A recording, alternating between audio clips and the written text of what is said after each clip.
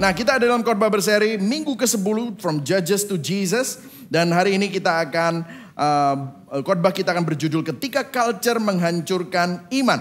Dan teks kita adalah Hakim-Hakim 10 ayat 6 sampai 12 ayat 15. Jadi kalau kita bicara tentang ketika culture menghancurkan iman, apakah iman kita tanpa kita sadari terkontaminasi oleh budaya, oleh culture di sekitar kita. Kita pikir kita orang Kristen, tetapi ternyata iman Kristen kita ternyata sangat terkontaminasi. Nah, hari ini mungkin saudara tidak akan melihat poin 1, 2, 3. Kita akan coba cara yang berbeda supaya tidak tertebak. Katanya sekarang sudah tertebak di Gibeon gitu ya. 1, 2, 3 kita buat supaya Anda selalu bertanya-tanya.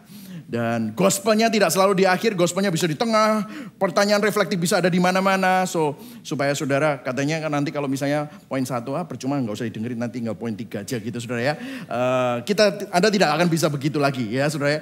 Karena kita coba pola yang baru. Nanti kalau saudara misalnya nggak biasa ya, coba saudara nanti bisa kasih feedback saya dan bagaimana mendapatkan ini semua, oke? Nah, saya akan memulai dengan begini saudara, hotdog. Saya ingin memulai dengan pertanyaan, siapa yang suka hotdog? Saya rasa banyak orang yang suka hotdog. Saudara, orang Amerika paling suka makan hotdog. Pada tanggal 4 Juli, 4th of July, average selama 10 tahun terakhir di hari kemerdekaan Amerika, orang Amerika mengkonsumsi kira-kira 150 juta hotdog. Wih, banyak saudara ya. Ini sampai dikatakan kalau hotdog itu disambung-sambung, itu kayak tempat saya berdiri, Pulau Jawa, seluruh Pulau Jawa dikelilingi sampai Bali gitu saudara ya. Suka sekali hotdog. Saya pribadi ya suka hotdog, bisa suka enggak. Sosis panggang, corn dog, hotdog goreng dengan nasi ya, jangan lapar ya saudara ya. Tetapi hotdog ini yang mengejutkan adalah hotdog itu tidak terbuat dari daging 100%. Saudara harus tahu ya saudara ya. Kalau saudara pernah pergi ke pabrik yang buat hotdog, ada banyak orang yang pergi ke pabrik seperti itu dan mereka tidak mau lagi makan hotdog gitu ya saudara ya. Karena di dalamnya hotdog itu dagingnya sedikit, tetapi ambil sedikit ini, sedikit itu, pokoknya ada corn sirupnya, ada preservatifnya dan ada macam-macam. Dan voila, jadilah hotdog. Kita nggak tahu. Nah, jutaan orang masih tetap suka hotdog meskipun mereka tahu bahwa di dalamnya itu nggak 100% daging. Tapi bagaimana jika ilustrasi tentang hotdog ini teraplikasi pada iman kita? Saya meminjam dari Pastor J.D. Greer dari Denver, Colorado. Dia bilang orang Kristen kebanyakan hari-hari ini punya iman hotdog. Apa maksudnya? Dia bilang begini, beberapa orang membangun iman mereka seperti hotdog murahan. Mereka mengambil sedikit di sana, sedikit dari sini, lalu dicampurkan menjadi sesuatu yang lain. Dan hasilnya adalah sesuatu yang tidak bisa disebut kekristenan. Dan itu bukan hanya buruk, tetapi meracuni kita secara spiritual. Nah, sama seperti hotdog ini, mungkin kita berpikir kita punya iman Kristen. Tetapi iman Kristen itu campuran dengan kepercayaan yang salah, yang dipengaruhi oleh budaya, culture di sekitar kita. Dan kita akan belajar dari kisah Yefta. Nah, Yefta ini saat kita mempelajari kisah Yefta, bagaimana iman Yefta ternyata seperti hotdog faith. Dan apa dampaknya bagi dia dan pelajaran apa yang kita bisa ambil dari cerita ini. Nah, meskipun nama Yefta pertama kali disebut di Hakim-Hakim 11, tetapi kisahnya dimulai di pasal Hakim-Hakim 10 ayat 6. Dan jika Anda mengikuti seri khotbah ini, kita tidak perlu terkejut karena bangsa Israel kembali melakukan kesalahan yang sama dan frase ini muncul, yaitu Hakim-Hakim 10 ayat 6a, baca sama-sama ya. 1, 2, 3, orang Israel melakukan pula apa yang jahat di mata Tuhan. Jadi siklusnya terulang kembali. Siklusnya ada pemurtatan lagi. Minggu lalu Pastor Nathan udah bilang ada setelah dia menceritakan tentang Abimelek. Dan kemudian apa yang terjadi, ada 2 hakim kecil yang disebut. Selain Samgar, kalau saudara mengikuti itu ada ayatnya cuma 1. Ini juga ada lagi 2 hakim yang kecil yang kemarin disebut adalah Tola dan Yair. Dan ada kedamaian. Dan apa yang terjadi? Mulai lagi. Bangsa Israel melakukan apa yang jahat di mata Tuhan. Dan siklus dosa ini terulang lagi. Dan makin parah dan makin buruk. Dan kita lihat di ayat 6b. Mereka beribadah kepada para Baal, Asyoret, Allah orang Aram, Allah orang Sidon, Allah orang Moab, Allah Bani Amon, dan Allah orang Filistin. Tetapi, baca sama-sama yang hitam, 1, 2, 3, Tuhan ditinggalkan mereka dan kepada Dia mereka tidak beribadah. Jadi bangsa Israel menyembah 7 dewa sekaligus. Baal, Asyoret, Allah Aram, Allah Sidon, Moab, Bani Amon, dan Filistin. Mereka meninggalkan Tuhan. Nah, kalau dulu mereka masih nyembah dua-duanya. Sekarang makin parah. Dan dua-duanya itu satu Baal, satu aja, Asyoret gitu. Tapi sekarang ada 7 sudah. Dan Tuhan ditinggalkan. Dan ini yang menarik adalah semua dewa yang mereka sembah adalah dewa-dewa bangsa-bangsa yang sudah dikalahkan oleh Israel. Coba saudara pikir, ini sangat ironis secara logika. Loh, dewanya nggak bisa nyelamatin bangsanya musuh, tapi disembah sama orang Israel. Israel nggak dipaksa loh menyembah dewa-dewa ini. Mereka punya pilihan, namun anehnya mereka memilih untuk berasimilasi dan menyembah dengan dewa-dewa ini. Aneh ya saudara? Bukankah itu mirip sama kita? Kita udah tahu, kita sudah semua tahu kan. Uang itu adalah ya Tuhan yang buruk, jangan kejar uang ya kan. Kalau sudah nonton film, terus habis itu filmnya itu tentang uang, terus akhirnya semuanya terakhirnya mati, bunuh-bunuhan. Akhirnya uangnya juga terbakar dan habis. Terus di akhir film itu bilang, iya ya uang itu gak ada gunanya ya. Iya, semuanya gitu. Tapi habis itu apa yang terjadi? Besok kita kejar lagi. Hidup kita berdasarkan uang lagi. Bukankah itu sama seperti kita? Semua dewa yang ada di dunia itu fana. Kita tahu itu fana, tetapi terus kita kejar. Ini persis seperti itu. Nah selanjutnya saudara. Dikatakan, lalu bangkitlah murka Tuhan terhadap Allah Israel. Dan ia menyerahkan mereka ke dalam tangan orang Filistin dan Bani Amon. Dan tahun itu juga orang Israel ditindas, diinjak 18 tahun lamanya. Jadi Tuhan menjual mereka kembali kepada bangsa-bangsa yang ada di sekeliling mereka. Padahal dewanya mereka sembah. Dan dikatakan ayat 9-10. Bani Amon itu menyeberangi sungai Yordan dan berperang melawan suku Yehuda, suku Benyamin dan suku Efraim. Sehingga orang Israel sangat terdesak. Nah ayat 10, baca sama-sama ayat 10. Ini kelihatannya kata-katanya sangat bagus. Tetapi kalau kita perhatikan lebih dalam, ternyata itu tidak seperti aslinya. Oke, kita baca sama-sama ayat 10. 1, 2, 3. Lalu berserulah orang Israel kepada Tuhan. Katanya, kami telah berbuat dosa terhadap engkau. Sebab kami telah meninggalkan Allah kami lalu beribadah kepada para Baal. Nah, di sini kelihatannya mereka bertobat. Namun jika kita perhatikan lebih dekat, mereka nggak benar-benar bertobat. Seruan mereka minta tolong terasa rutin dan tidak tulus. Mereka hanya memanfaatkan Tuhan untuk menyelamatkan mereka dari penindasan. Bangsa Israel tidak sungguh-sungguh bertobat dari dosa mereka. Mereka hanya menyesal dari dosa namun tidak bertobat. Mungkin juga seperti kita. Saya punya masalah. Setelah kita minta tolong koneksi kita minta tolong pejabat, kita minta tolong teman kita minta tolong saudara kita. Semuanya jalan buntu. Satu-satunya yang belum dicoba apa? Berdoa.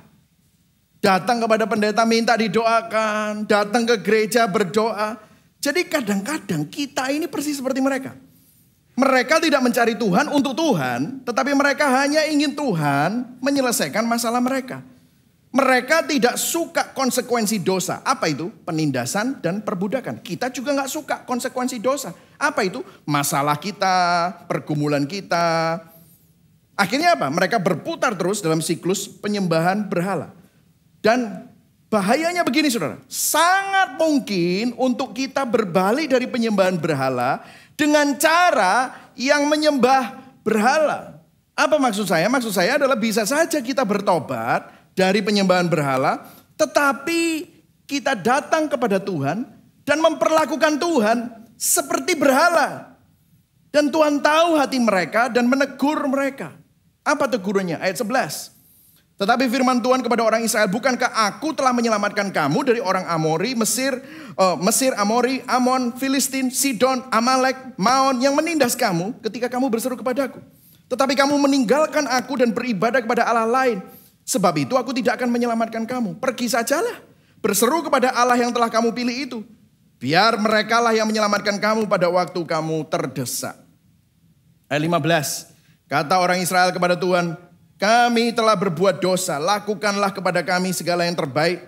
Segala yang baik di matamu. Hanya tolonglah kiranya kami sekarang ini. Dan mereka menjauhkan para allah asing dari tengah-tengah mereka. Lalu mereka beribadah kepada Tuhan. Maka Tuhan tidak dapat menahan hati melihat kesukaran mereka. Kalau sudah lihat di sini, mereka memperlakukan Tuhan seperti salah satu berhala mereka. Saat misalnya, ya udah aku tak bertobat, aku tak mengikuti persyaratan, aku mesti apa? Mesti apa? Orang Israel berusaha menyuap Tuhan dan berusaha mengontrol Tuhan dan berharap kalau aku berkata-kata yang tepat, melakukan hal yang benar, maka sekarang Tuhan akan menolong aku. Itu yang terjadi. Tapi saya suka apa yang Tuhan lakukan selanjutnya. Israel memang menyingkirkan dewa-dewa dan kita harap ini tulus ya. Kadang-kadang kita ini tidak tahu apakah seseorang itu tulus atau tidak. Ya, saya harapkan kadang-kadang kita ini tahu tulus atau tidak itu setelah beberapa tahun dalam hidup kita ya. Mereka menyingkirkan dewa-dewa mereka dan berkata kepada Tuhan, ampuni Tuhan, kami mau bertobat. Dan ayat yang tadi terakhir kita baca, maka Tuhan tidak dapat lagi menahan hatinya melihat kesukaran mereka. Jadi kalau saudara lihat, inilah hati Tuhan. Ini jangan dipikir begini ya. Ada orang yang berpikir ini seperti formula. Oke, kita minta tolong sama Tuhan, kata-katanya yang melas, kata-kata yang melas. Biar Tuhan sakno sama kita gitu. Saudara, Tuhan tidak lihat kata-katamu, tapi Tuhan lihat hatimu. Yang setuju katakan amin. Amin saudara. Nah, Tuhan memang marah kepada bangsa Israel karena menyembah Allah lain. Tetapi dia juga Tuhan yang merasa sakit hati ketika melihat umatnya menderita. Dia tidak tahan melihat umatnya, bahkan umatnya yang berdosa ditindas. Dalam semua penderitaan mereka, seakan-akan Tuhan pun juga ikut menderita. Kita melihat hati Tuhan untuk umatnya. Nah di sini saya sebelum lanjut kepada berikutnya, saya mau memberikan pertanyaan reflektif di bagian ini. Apakah kita atau Anda atau saya membiarkan budaya di sekitar kita mempengaruhi cara kita melihat Tuhan? Saudara, tanpa kita sadari, karena budaya transaksional yang terjadi di sekeliling kita, kita bisa saja memakai cara itu untuk bertransaksi dengan Tuhan. Apakah kita melihat Tuhan sebagai Tuhan atau memperlakukan Tuhan seperti berhala? Dapatkah kita melihat hati Tuhan yang tetap mengasihi kita sekalipun kita jatuh di dalam dosa dan memilih untuk menyembah hal-hal lain selain Tuhan? Of course kita nggak ngomong seperti itu dengan keras, tapi jauh di dalam hati kita memanfaatkan Tuhan dan berpikir bahwa Dia harus memberi kita apa yang kita inginkan kalau kita memainkan kartu yang benar. Oh, kalau aku ikutan pemuritan, kalau aku rajin ke gereja, kalau aku ngasih persembahan, kalau aku melakukan ini dan itu, maka kita secara diam-diam mengatur Tuhan dan tidak memperlakukan Tuhan sebagai Tuhan.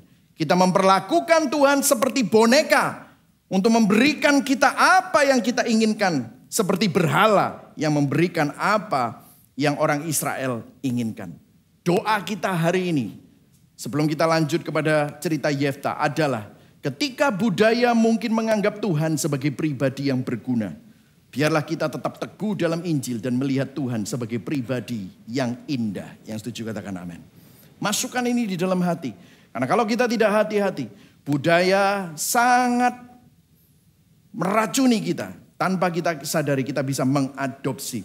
Saya berdoa kita menempatkan Tuhan di tempat yang benar di hati kita. Oke? Nah, selanjutnya kita lanjut. Jadi kita melihat apa yang terjadi di latar belakang sebelum Yefta dipilih. Israel adalah bangsa yang menyembah berhala lagi. Mereka bukan lagi mencintai Tuhan, tetapi mereka menyembah 7 berhala yang berbeda. Tetapi begitu mereka mengalami penindasan, mereka bertobat seakan-akan ya. Kita lihat apakah pertobatnya betul atau tidak. Nah ceritanya adalah, kalau saudara lihat ayat 17 sampai 18 kita nggak usah baca.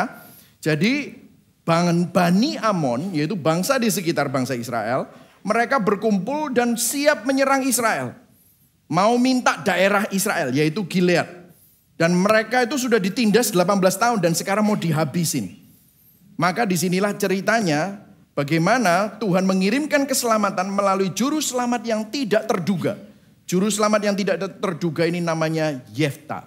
Nah di ayat Hakim-Hakim 11 ayat 1 dikatakan begini. Adapun Yefta, orang Gilead itu adalah seorang pahlawan yang gagah perkasa.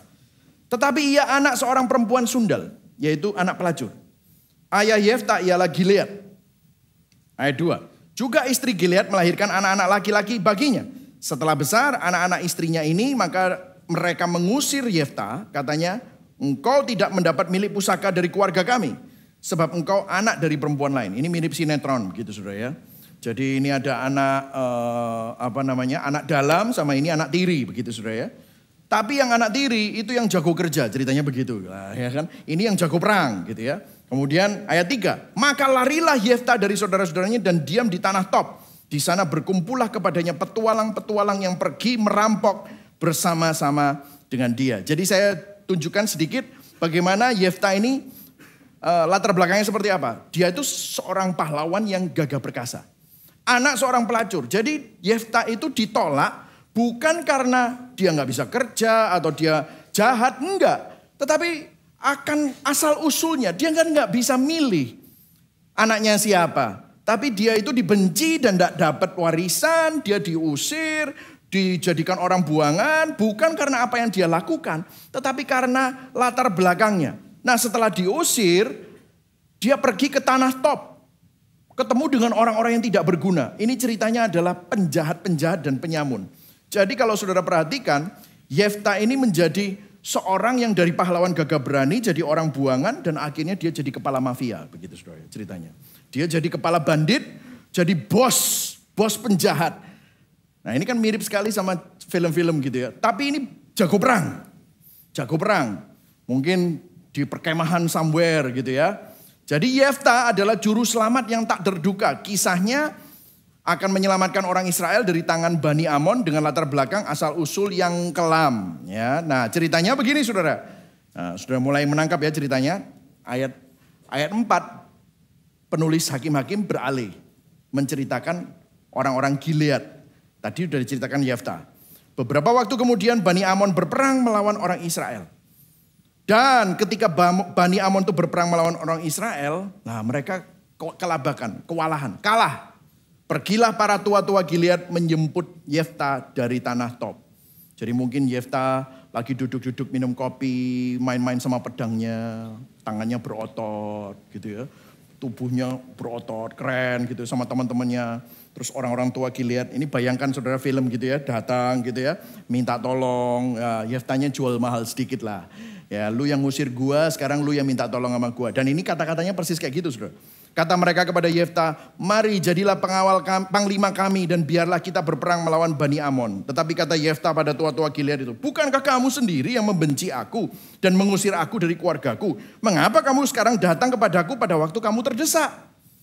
Kemudian berkatalah para tua-tua Gilead kepada Yefta, memang kami datang kembali sekarang kepadamu, ikutilah kami dan berperanglah melawan Bani Amon. Maka engkau akan menjadi kepala atas kami, atas seluruh penduduk Gilead. Jadi mereka bernegosiasi, nanti kalau kamu menang, kamu jadi pemimpin kami. Wah gitu ceritanya ya saudara ya.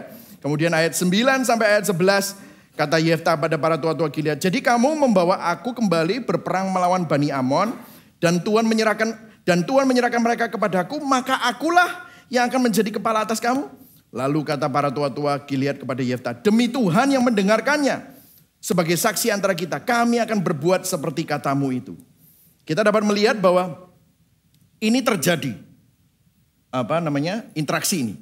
Nah, coba sudah perhatikan di sini. Kita dapat melihat orang-orang Gilead, orang-orang Israel. Sebenarnya mereka tidak datang kepada Yefta untuk Yefta. Karena Yefta itu pilihan terakhir. Betul gak? Sudah bisa nangkep gak? Yefta ini pilihan terakhir. Mereka hanya membutuhkan seseorang untuk mengisi kekosongan pahlawan. Dan mereka kalah dan mereka ingin menang lawan Bani Amon. Mereka hanya membutuhkan seseorang karena mereka butuh.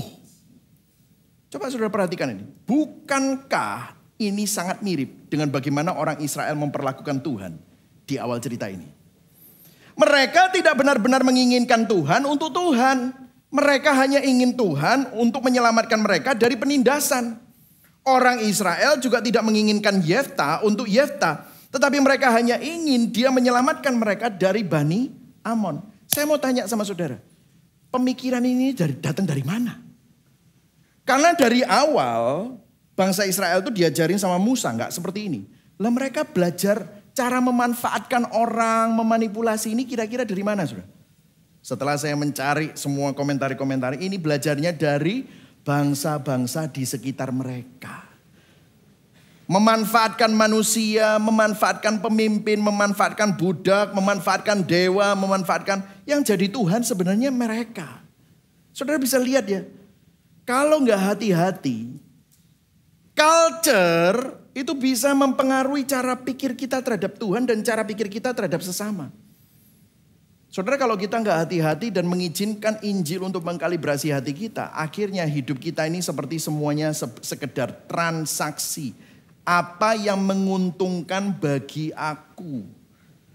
Makanya saya sering ditanyain kan, bukan ditanyain lah, ngobrol-ngobrol sama orang gitu ya. Pastor, apa hubungannya salib sama tokoku? Nah kan gitu, saudara. Apa hubungannya Yesus kalau dia tidak bisa membuat hartaku omsetnya naik? Apa hubungannya? Ini pikiran mana ini? Ini bukan pikiran Alkitab, bukan pikiran Injil. Tapi apa? Pikiran culture. Karena culture selalu berpikir tentang dirinya. Untungku apa? Kalau kita tidak hati-hati, tadi itu sudah ada pertanyaan reflektifnya. Nah, balik ke Yefta ya saudara. Panggilan Yefta tidak seperti hakim-hakim lainnya yang telah kita lihat sejauh ini. Kan pertanyaannya gini, di mana Tuhan di dalam cerita Yefta? Karena Tuhan gak ada kata-kata Tuhan membangkitkan seorang hakim seperti di Gideon, seperti di Ehud, di Deborah, tidak ada itu kata-kata itu. Tapi begini saudara, meskipun kita tidak melihat frase Tuhan membangkitkan seorang hakim. Namun demikian Tuhan tetap hadir di dalam cerita ini.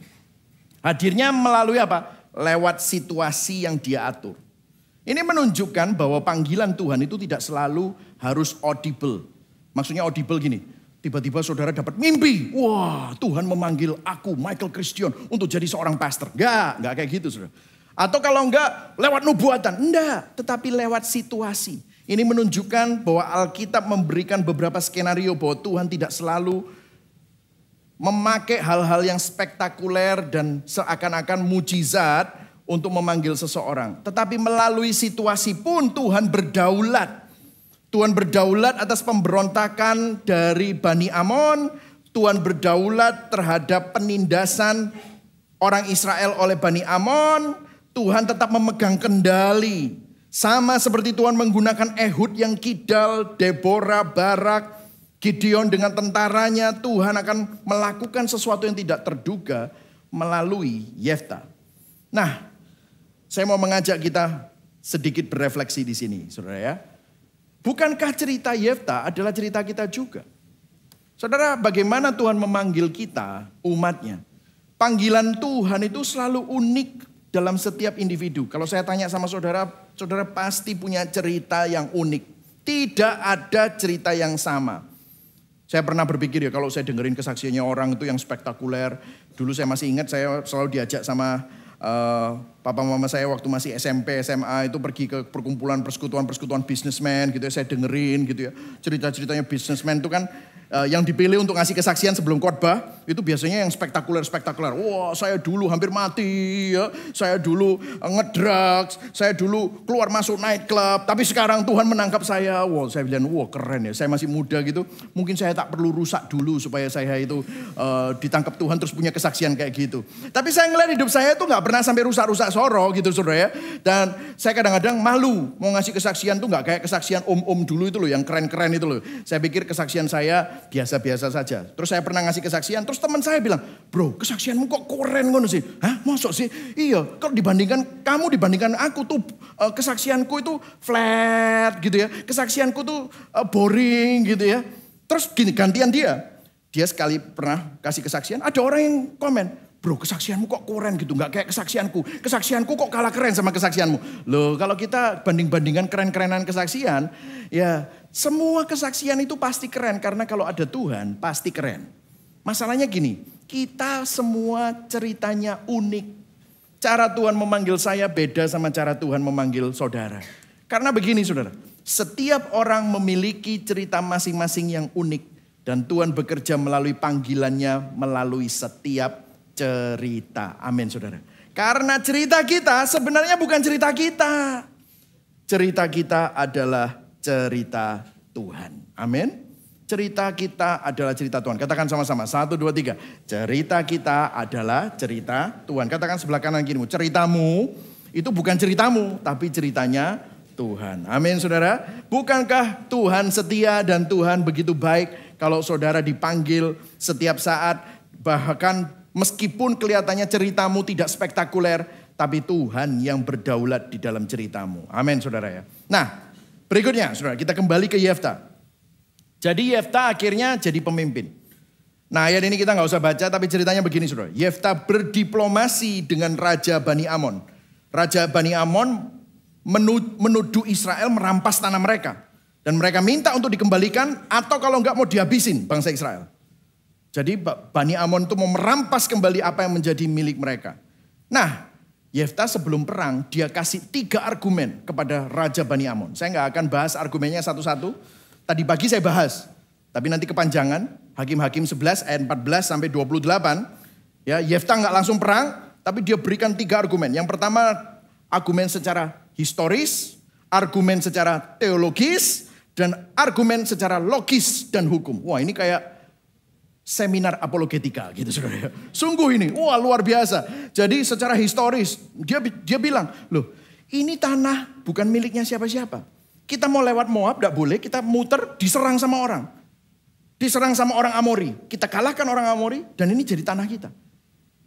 Itu historisnya. Kemudian secara teologis. Loh, ini yang ngasih tanahnya Tuhan. Loh, kamu kan punya dewa. Kamu kan dikasih sama dewamu tanah itu. Ya kalau mau, minta sama dewamu tanah yang lain. Ini tanah dikasih sama Tuhan. Terus secara logis.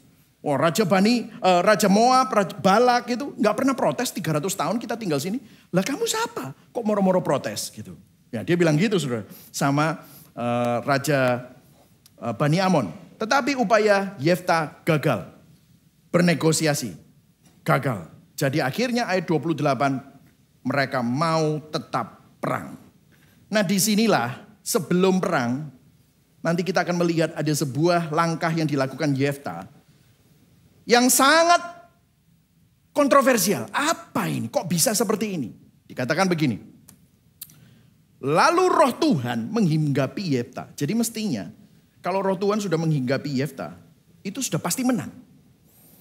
Ia berjalan melalui daerah Gilead. Ya, kita terusin gak usah dibaca. Ayat 30 yang dikatakan.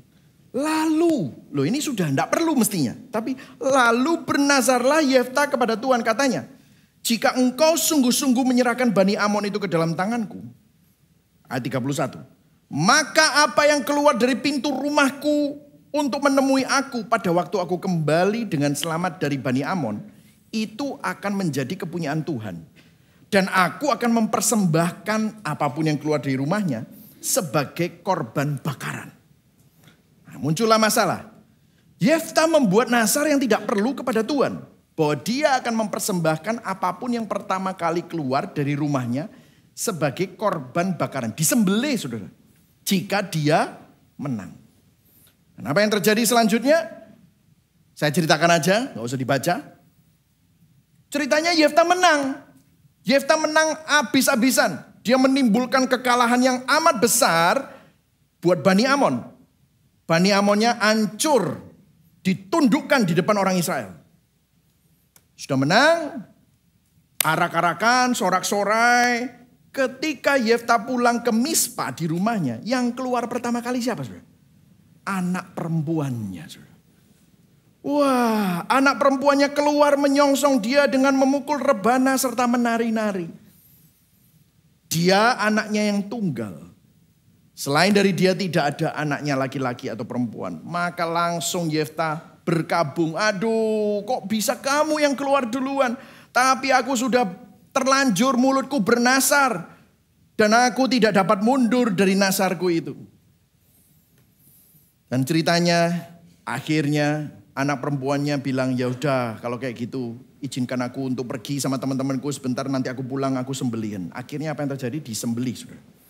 Yefta menyerahkan putrinya untuk dipersembahkan sebagai korban manusia. Untuk pertama kalinya ada hakim-hakim yang menyembelih anaknya sendiri untuk dipersembahkan kepada Tuhan. Padahal ini dilarang oleh hukum Tuhan menurut Musa.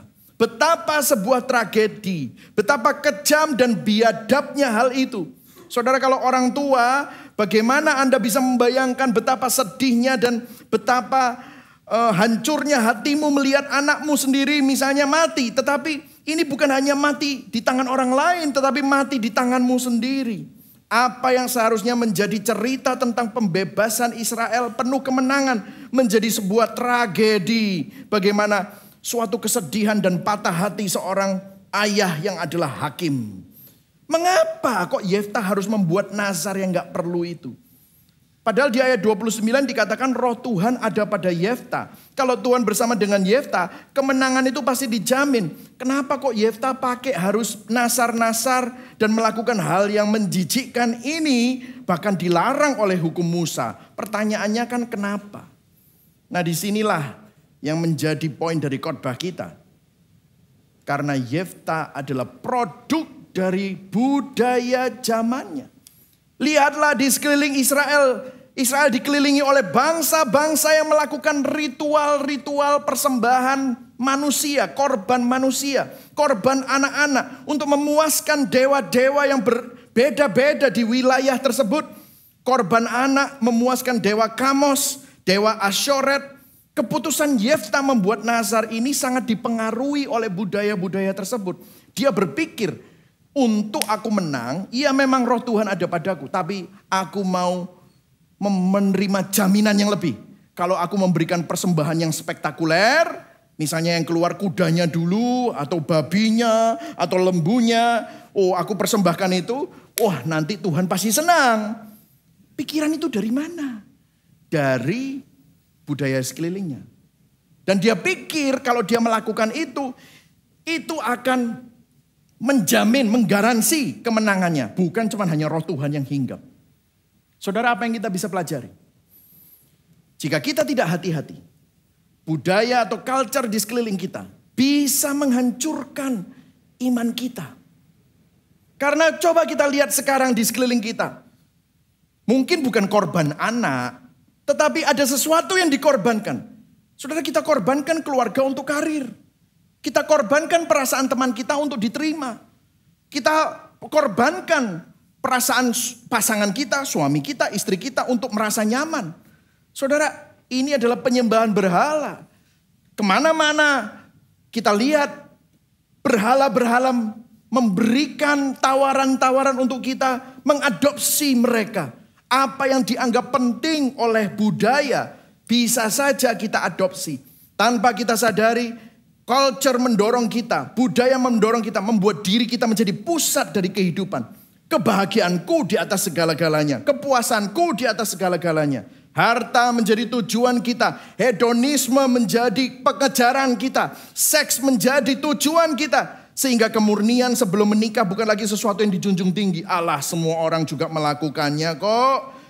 Setia sama pasangan seumur hidup bukan lagi sesuatu yang dijunjung tinggi. Allah, selingkuhlah, YOLO, you only live once. Gitu, saudara.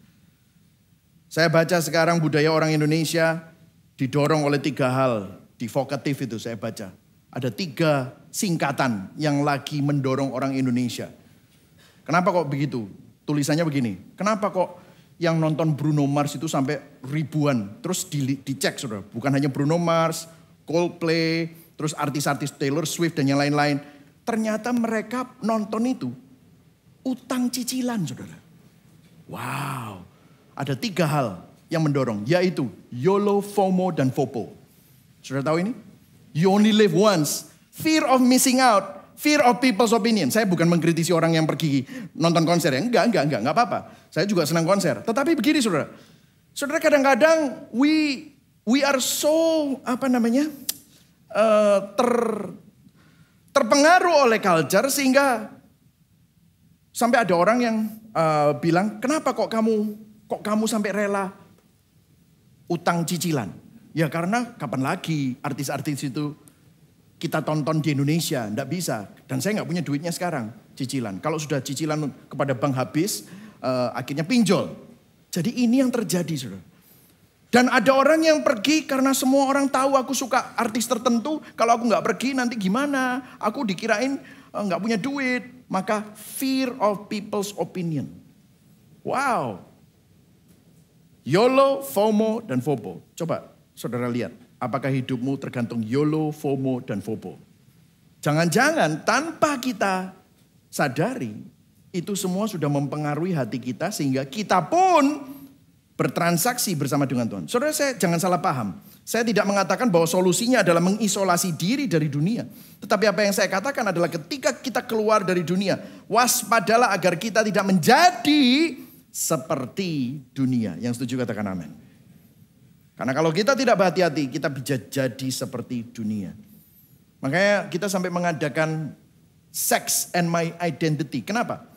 Kan sekarang, zaman sekarang, anaknya laki-laki atau perempuan? Oh terserah dia, nanti biar dia yang menentukan. Loh lah bingungi kan saudara. Loh ini di mana-mana, lo mulai ada loh saudara. Terutama di kota-kota besar. Jadilah siapapun yang kamu inginkan. Loh Alkitab bilang jelas kan. Nah kalau kita kembali ke Yefta, Nasar Yefta itu tidak perlu. Itu mengungkapkan apa? Mengungkapkan betapa budaya, culture sekeliling kita bisa merusak penyembahan kita kepada Tuhan. Saudara, di masa itu penyembahan kepada Tuhan, kepercayaan standar adalah kalau kamu mau mendapatkan perkenanan dewa, itu berdasarkan pengorbanan yang kamu berikan itu sebesar apa.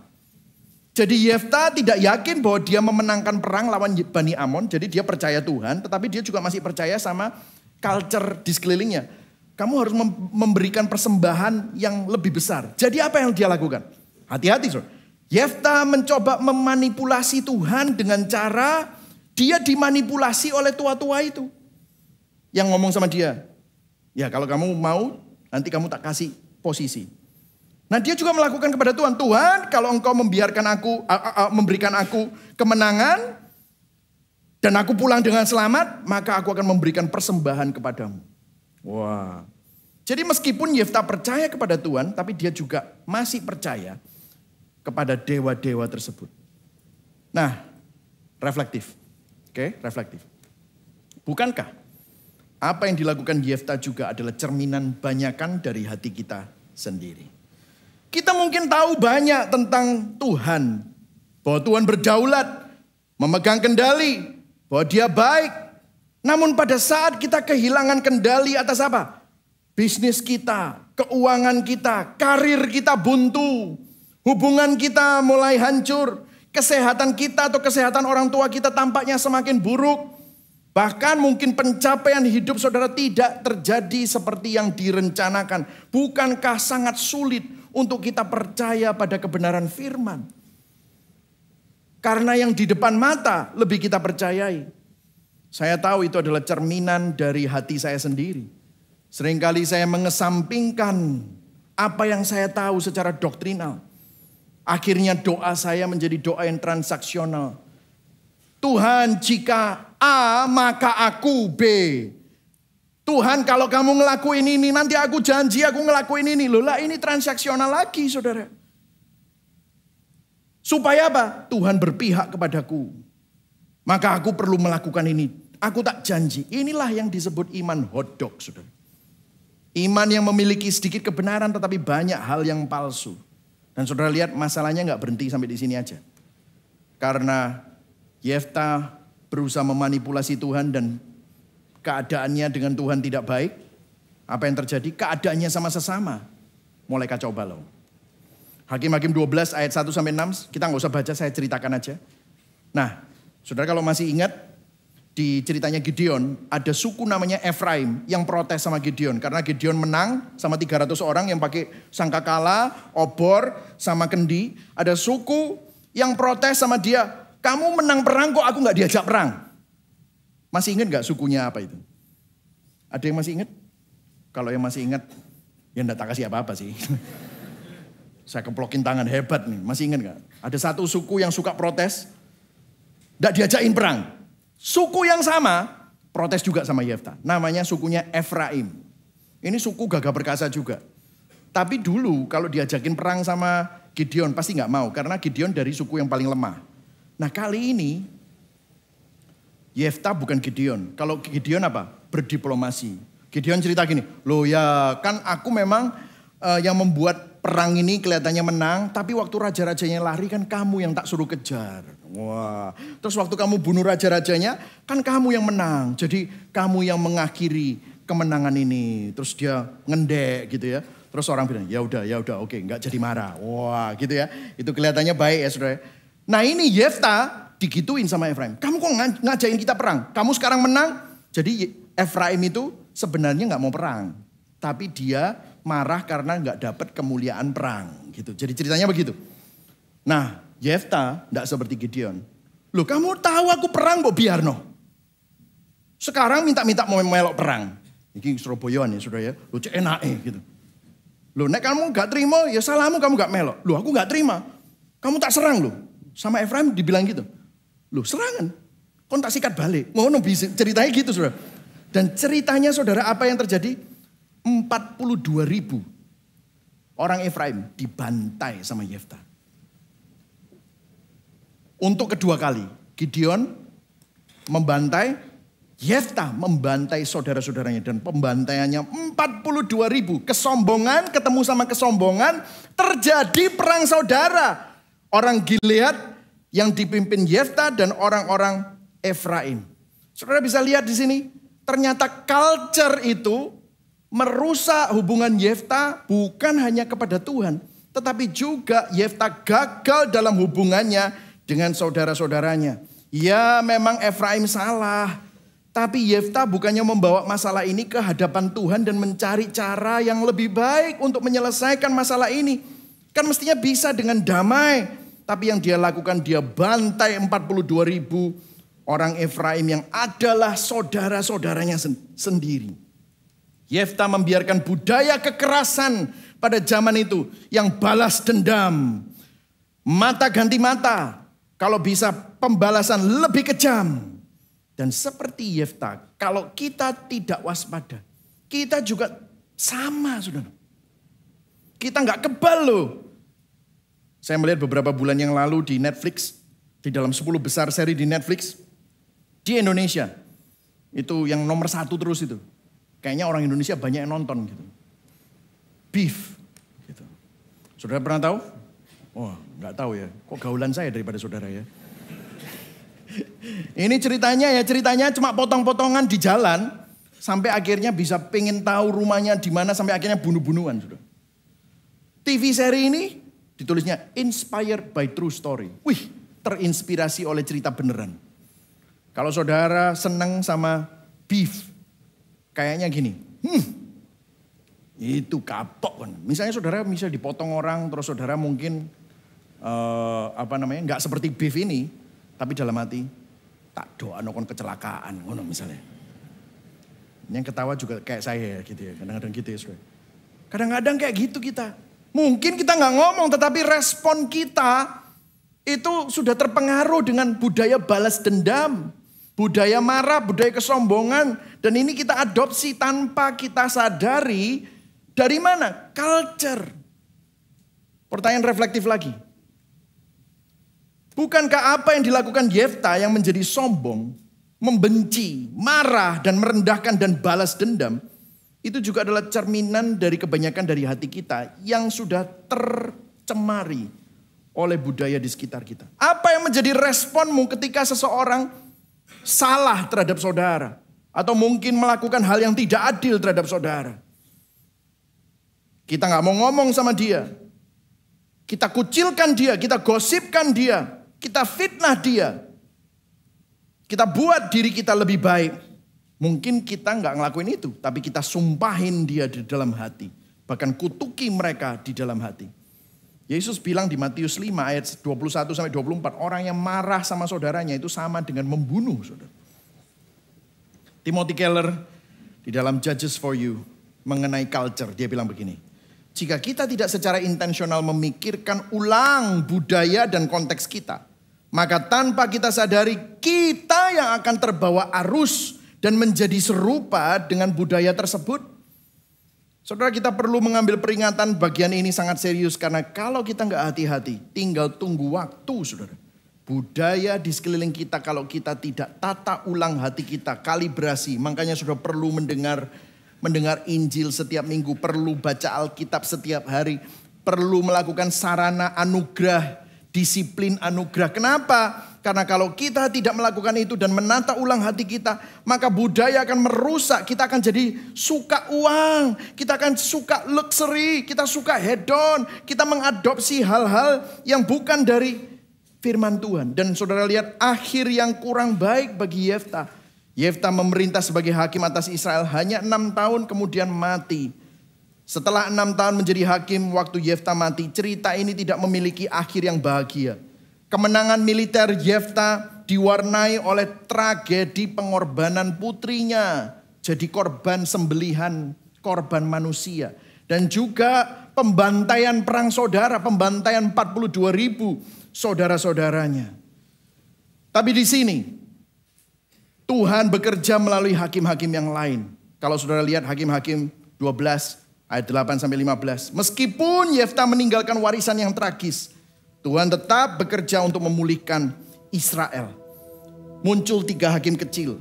Ibsan, Elon, dan Abdon. Kalau saudara tahu Abdon adalah suku Efraim. Suku Efraim yang sombong tadi itu. Muncullah seorang hakim yang baik. Memimpin Israel setelah Yefta. Selama masa kepemimpinan mereka 25 tahun damai dan kemakmuran. Betapa setia dan berbelas kasihan Tuhan kepada umatnya. Tetapi sama seperti keselamatan Yefta yang tidak sempurna. Pemulihan yang dipimpin oleh 3 hakim kecil ini. Ibsan, Elon, dan Abdon. Juga ada tanggal kadaluarsanya. Karena Yefta dan hakim-hakim yang lain bukanlah karakter utama dalam cerita ini.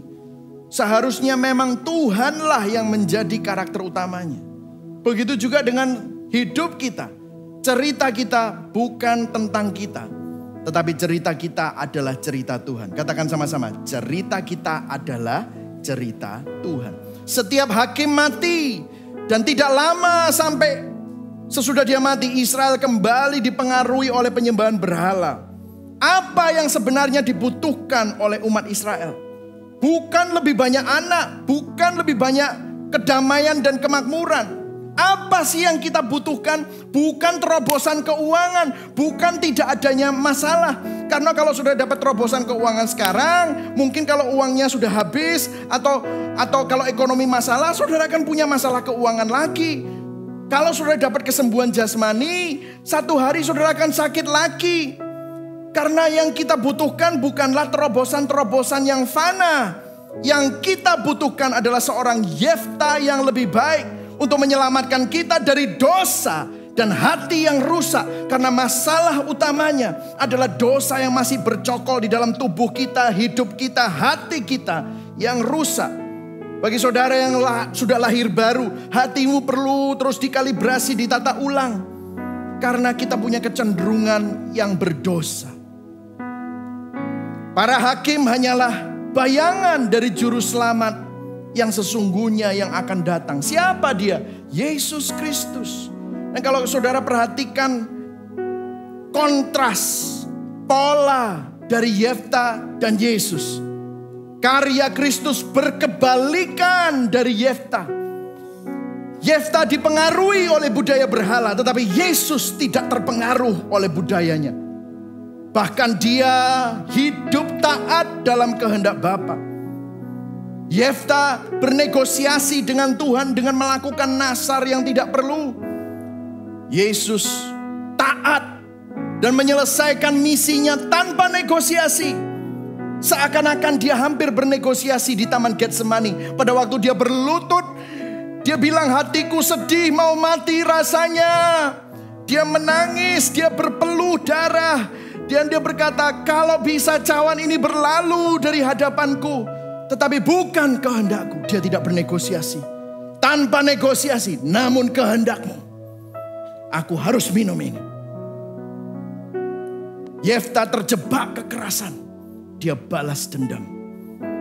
Yesus mempersembahkan.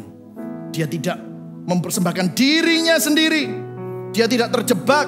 Dia memberikan kasih. Dia waktu di atas kayu salib.